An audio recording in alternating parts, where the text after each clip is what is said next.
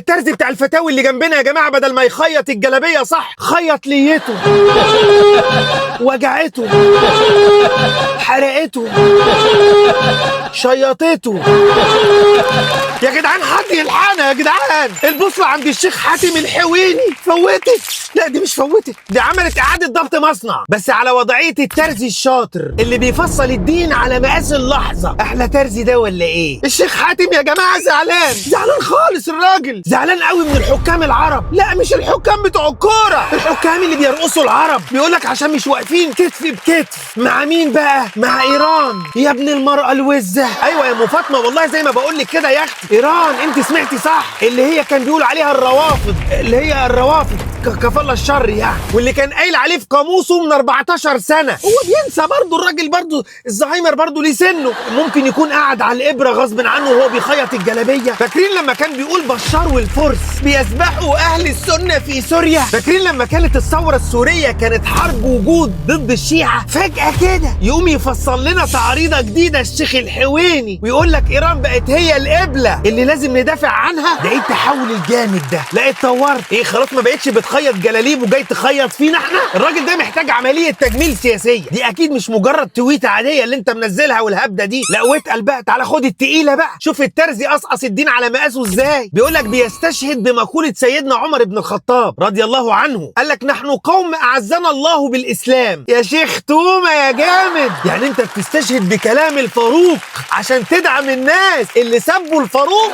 دي ما بقتش ازدواجيه معايير، دي بقت شقلباظ، ده بقى حنتي، ده بقى حنبلي بالسجق. انت بتتشقلب كتير بالليل يا حويني صح؟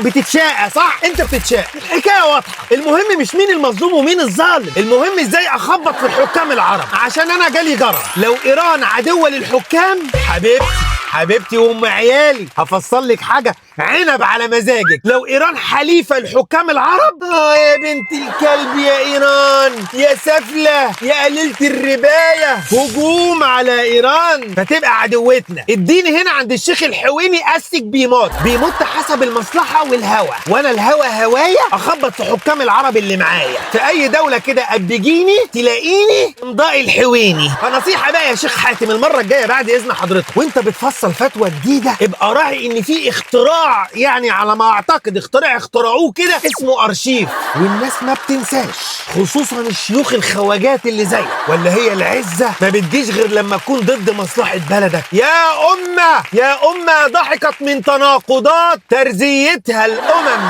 الشيخ الحويني شكله كده الحجاره بتاعته اللي محطوطه في طيبه قلبه ضعفت، فمحتاج يغير حجر هنا، لان الحجر اللي محطوط له ده لما ضعف فبقى يا عيني بيهنج، الجهاز التناسلي عنده هو اللي بيتكلم. فمحتاجين من الاخوه بس قطيع الشيخ الحويني يشيل الحجر، ومش هنكلفك، مش هنقول لك روح هات حجر جديد، عضعضله فيها بس، عضعضله في الحجر بس. لا مش الحجر اللي تحت، لا الحجر نفسه اللي تحت ده زرار التشغيل بتاع ناس تانية، ايوه الناس اللي مسؤوله عنه. عضعض الحجاره نفسها وركبها، وبعدين ما انتوا بتقبضوا من اللي مشغلينكم، اشتروا لكم يا اخي حجر جديد يا اخي بدل ما يسف بينكم تاني. ويا ريت بقى بعد ما تعضعضوا له الحجر ده ولا تركبوا له حجر جديد، ركبوا له لمبه في الحوض عنده علشان بالمره ينور طريقه، وهو بعد ما يخلص سف نديه بقى للعيال في رمضان على انه الفانوس السحري، يدعكوه فينزل خرا علينا احنا بقى، عشان بعد ما ندعك الفانوس يروح طالع لنا من الفانوس ويقول لك انا الحويني كشك يا بلبل، تطلب ايه؟ ليك عندي 4 طلبات يا بلبل مصر.